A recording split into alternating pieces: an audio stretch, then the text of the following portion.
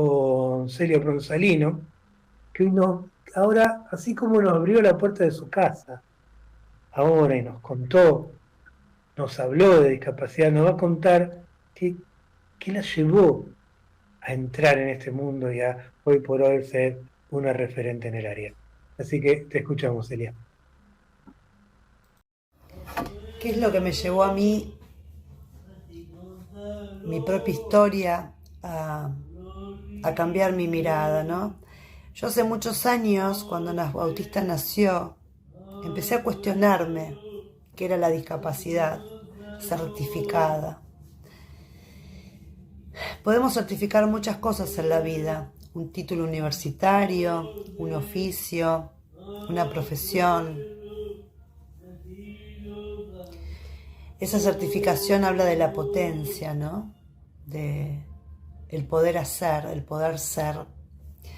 Pero cuando se certifica la discapacidad, se certifica el no poder, la impotencia, la limitación.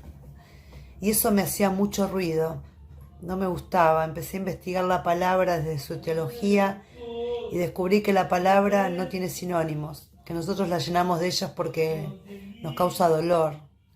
Y ese dolor deviene en sufrimiento que uno decide sanar o no. Digo decide porque en la vida todo es esfuerzo, es pelear con uno mismo, con nuestros fantasmas, nuestros prejuicios, nuestras creencias, nuestro legado familiar, nuestro sistema. Y al vivir la historia en carne propia, a través de mi hijo, que ahora lo están escuchando cantando el himno, no sé si se escucha, sentí la necesidad de poder salir adelante para él y con él. Entonces empecé a estudiar mucho, a investigar mucho, a analizar mucho, a cuestionar mucho los conceptos, los paradigmas. Bueno, y eso me generó seguridad, me puso en un lugar distinto, mirar a las personas con discapacidad y a mi hijo diferente. En un momento me había convertido en su terapeuta. Todo lo que hacía con él era para que él avanzara. Y había dejado de ser su mamá, lamentablemente. Hay un sistema que yo digo perverso, que te convierte en un receptor constante de lo que los demás creen que es lo que es mejor para uno y para nuestros hijos. Y se olvidan desde nuestra experiencia, se olvidan de nuestra historia, de nuestras necesidades, de nuestros deseos. Y entendí que era en equipo, no hay otra manera. Esto es juntos, lo digo siempre. Por eso para mí es súper importante seguir trabajando y me convertí en promotora de los derechos de las personas con discapacidad y sus familias, en acompañar a las familias a empoderarse. Porque uno no puede fortalecerse si no conoce y no entra en su propio mundo para encontrarse con todos esos sentimientos y esas emociones que aparecen frente a distintas situaciones. Y toda esa incertidumbre muchas veces se convierte en angustia, en tristeza, en desolación. Yo muchas veces digo que la soledad es mi mejor compañera, mi mayor compañía, ¿no? Y tenés que pelear con un sistema que no reconoce la potencia en las personas con discapacidad. Y me he encontrado con muchas situaciones que me han dejado afuera y he sufrido bastante. Situaciones donde no podía entender que simplemente las personas que se preparan para acompañar a otras, no importa si como docente en una escuela, si como médico, a un paciente, a un consultante, a un consultor para su consultante, a un abogado para sus clientes, no se preparan y se especializan o nos especializamos en personas. nos especializamos en acompañar su crecimiento, en acompañar sus necesidades, ayudar a encontrar sus propios recursos. Como digo, un abogado sabe de leyes. No importa quién viene a su defensa, a conocer sus derechos. En todo caso, encontrará leyes que sumen a la causa si hay una especificidad, ¿no?, en cuanto a la discapacidad. Y eso me llevó a mi historia. Movida por mi propia historia, me fui moviendo hacia otros lugares y me atravesó la discapacidad y superó mis expectativas de mamá y me convertí en una profesional. Y cuánto recorrido, cuánta historia,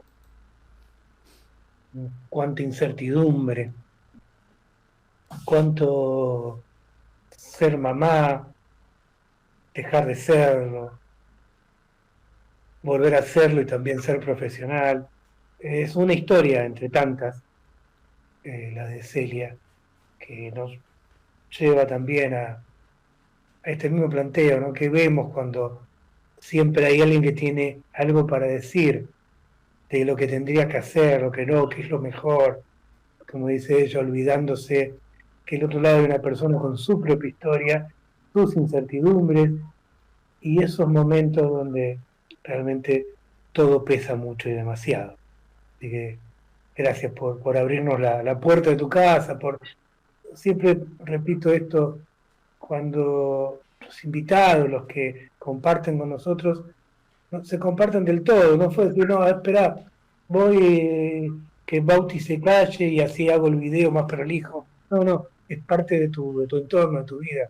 Y Bauti estuvo ahí cantando el himno y siendo parte de lo que nos trajiste hoy. Y que gracias a todo ese entorno que, que es promotor de derechos y de despliegue.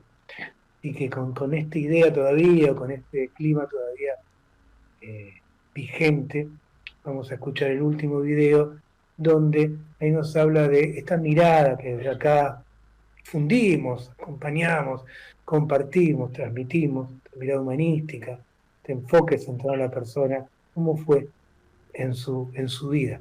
Así que vamos a escuchar la serie. El aporte de la mirada humanística, el enfoque centrado en la persona, de la mano del counseling, que fue la profesión que yo encontré para comprenderme, autoconocerme, ser autoempática conmigo misma, trabajar mi sanación, mi perdón, mi aceptación, mi congruencia, aportaron muchísimo, porque justamente el modelo social de la discapacidad saca el foco, el problema de la persona con discapacidad y la pone en nosotros, en la sociedad. Y mira la potencia, no la falta. Y el counseling, trabajar en el enfoque centrado en la persona, implica justamente acompañar ese recorrido de autoconocimiento, de autoexploración,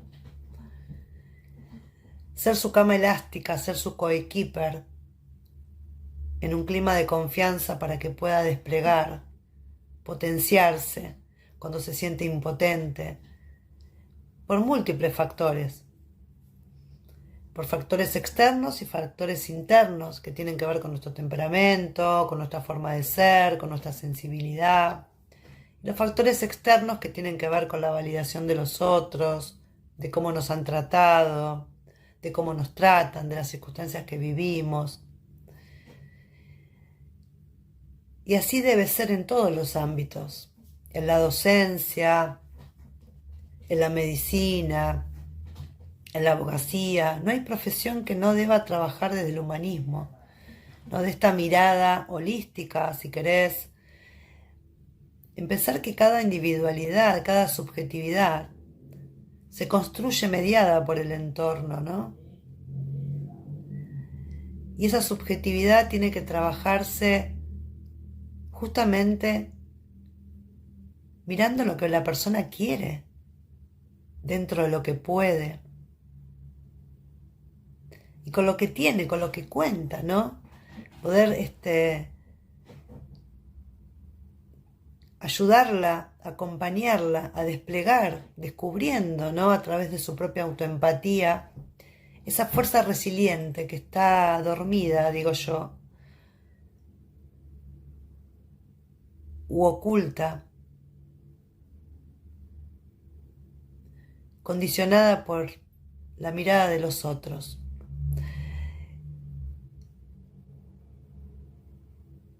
Entendiendo que la diversidad es lo que prima en nuestra sociedad, entonces no podemos hacer recetas, ¿no? Y trabajar como operarios, trabajar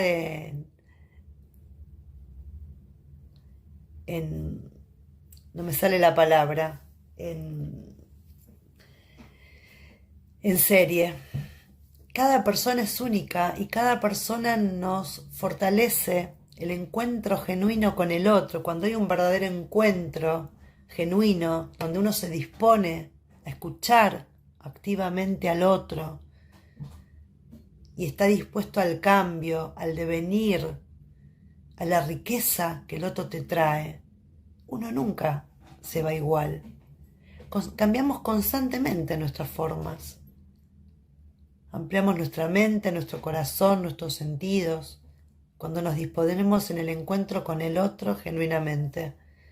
Cuando estamos escuchando con una conciencia presente, con un sentido de abrazar, de recibir al otro. Cuando no hay conexión, es porque no hay intención, porque no hay interés. Escuché la vez pasada que algo que me gustó mucho.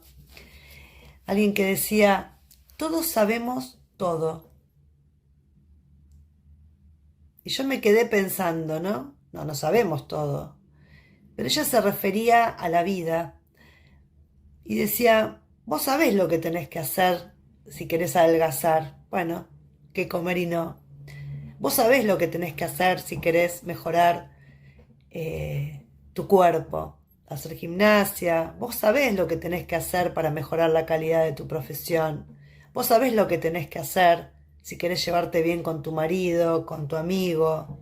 ¿Y por qué no lo hacemos? Sabemos lo que tenemos que hacer, pero quizás no queremos, porque no nos importa, porque no le damos un valor significativo a ese vínculo, no nos disponemos al encuentro. Entonces el enfoque centrado en la persona es eso, y no solamente en un consultorio, sino en un vínculo donde se requiere responsabilidad afectiva. Es hacernos cargo de lo que nos pasa, como dicen acá en Whatsappeando, con lo que nos pasa, ¿no? Así que bueno, espero haber respondido a tus preguntas, Mario. Me encanta tu programa y agradezco mucho. Y ahí se cortó justo cuando lo mandó, pero estaba, digo, es una espectadora del programa, alguien que es parte y que hoy quiso compartir todo esto que nos vino trayendo. Esto cuando no hay conexión, quizás no hay intención, ¿no? Hablaba de la potencia y todos, desde lo humano, tenemos en común de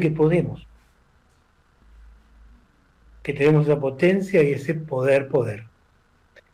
Lo que dice Roger, lo hemos dicho acá varias veces y creo que es frase de cabecera. No es que este enfoque le dé poder a la persona, sino que nunca se lo quita. No piensa que no lo tiene. Entonces todos nos parecemos, tenemos en común en que podemos. Lo distinto es cómo, qué, cuándo, dónde, de qué manera, de qué estética. Eso va cambiando en cada uno, pero por eso tampoco lo podemos comparar, porque cada uno es distinto, único, irrepetible.